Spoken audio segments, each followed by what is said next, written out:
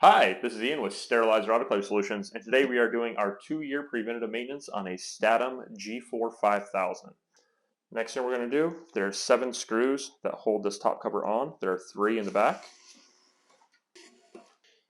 The one located right here in the center of this bracket, the bracket will come off with it. And there are 2 on either side.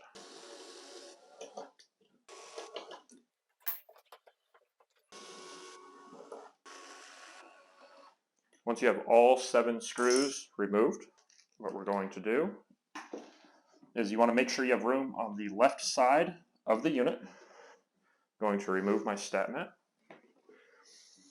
And I'm going to bring the front legs to the edge of the counter. What that does, that allows for that front to tip up. Grabbing on the back of the unit, I'm going to lift up and slide the entire top cover forward. Once you feel it clear, you can roll this top cover off to the side. You always want to make sure you're unplugged when you're doing this. You have a couple of ribbon cables depending on the year of your unit, on how they are set up. This one does have a power supply board, so I'm going to unplug our logic board from the main board.